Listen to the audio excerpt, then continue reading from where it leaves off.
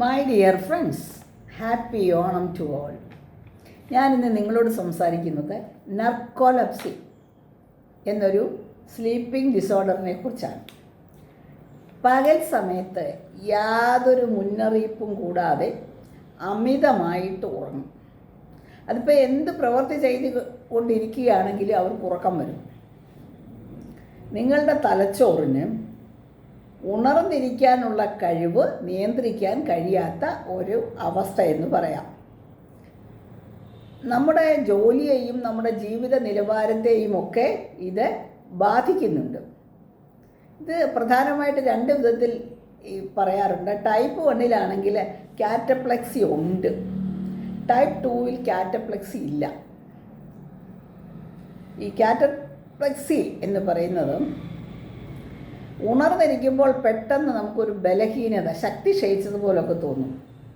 അത് നേരിയ അളവിലാണെങ്കിൽ മുഖം, കഴുത്ത് അവയാണ് ബാധിക്കുന്നത്. ഇപ്പം നമ്മൾ ചിരിക്കുമ്പോൾ അങ്ങനെയുള്ള വികാരങ്ങളൊക്കെ വരില്ലേ, ആ സമയത്ത് നമ്മുടെ പേശികൾക്ക് ഒരു ബലഹീനത നമുക്ക് തോന്നും. അപ്പോൾ കാറ്റപ്ലെക്സി ഉണ്ടാകും. ഈ മുഖം, കഴുത്ത്, ഇപ്പോൾ താടിയല്ലുകളൊക്കെ ചെറുതാകുകയോ തൂങ്ങുകയോ ഒക്കെ ചെയ്യുന്നതായിട്ട് നമുക്ക് തോന്നും.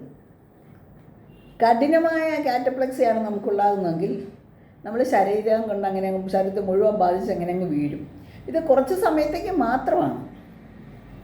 കുട്ടികളിൽ കാണാറുണ്ട്. പിന്നെ ഇത്തരം അസുഖങ്ങൾ തുടങ്ങുന്ന അവസരങ്ങളിൽ പലരിലും ഇത്തരം പ്രവണതകൾ കാണാറുണ്ട്. അവർ മുഖം ചുളിക്കും, നാവ് പുറത്തേക്ക് നീട്ടുക, പിന്നെ അവരുടെ പേശികളൊക്കെ മൃദുവായിട്ട് തോന്നുക, കൈകാലുകളൊക്കെ തളരുക, ഇതൊക്കെയാണ് അവരുടെ ലക്ഷണങ്ങൾ. യാന്ത്രികമായിട്ടാണ് അവർ ചലിക്കുന്നതെന്ന് നമുക്ക് തോന്നും. ഉറങ്ങുന്നതപ്പിൽ ചിലപ്പോൾ കൈകളൊക്കെ ചലിപ്പിച്ചെന്ന് വരും. ഓർമ്മക്കുറവെന്ന് പറയും. അതായത് ഉറങ്ങുന്നതിന് മുമ്പ് നമ്മൾ എന്താണോ പറഞ്ഞത് ചെയ്ത എന്താണോ അത് അവർ ചിലപ്പോൾ മറന്നു കാണും, അത് ഓർമ്മയില്ല. അങ്ങനൊരു സാധ്യതയുണ്ട്. അപ്പോൾ 5 വയസ്സിനും 50 വയസ്സിനും ഇടയ്ക്കുള്ള ആളുകളിലാണ് ഇത് കാണുന്നത്. അത് കൂടുതലും പുരുഷന്മാരിലുമാണ് ഇത്തരം നർക്കോലെപ്സി കാണുന്നത്. ഇതൊരു അസാധാരണ രോഗമാണ്. രോഗനിർണയത്തിന് അതുകൊണ്ട് സമയമെടുക്കുന്നുണ്ട്.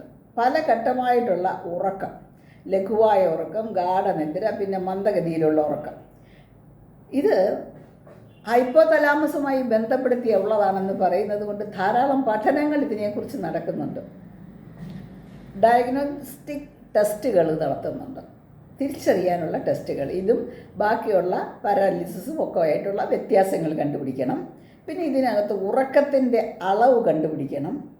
പിന്നെ പോളിസോംനോഗ്രാഫി, അതിനെക്കുറിച്ചുള്ളൊരു പഠനം, ഉറക്കത്തെക്കുറിച്ചുള്ള പഠനം, മൾട്ടിപ്പിൾ സ്ലീപ്പ് ടെസ്റ്റ് ഒക്കെ നടത്തി വേണം ഈ രോഗം കണ്ടുപിടിക്കാൻ. അതുകൊണ്ട് ഇത് ദയവായി ആരും സ്വയം ചികിത്സ നടത്തി രക്ഷപ്പെടാമെന്ന് വിചാരിക്കണ്ട. മരുന്നുകളും ആവശ്യമുണ്ട്. കൃത്യമായ ഉറക്കം, നിശ്ചിത സമയത്തുള്ള ഉറക്കം, ഇതൊക്കെയാണ് ഇതിൻ്റെ ആവശ്യങ്ങൾ. ഈ നർക്കോലെപ്സിയും ബാക്കിയുള്ള സ്ലീപ്പ് ഡിസോർഡേഴ്സുമായിട്ടുള്ള വ്യത്യാസം മനസ്സിലാക്കി ട്രീറ്റ്മെൻറ്റ് നടത്തേണ്ടത് ആവശ്യമാണ്. തൽക്കാലം നിർത്തുന്നു. വേറൊരു സ്ലീപ്പ് ഡിസോർഡറിൻ്റെ സിംറ്റവുമായി അടുത്ത ആഴ്ച. നന്ദി, നമസ്കാരം.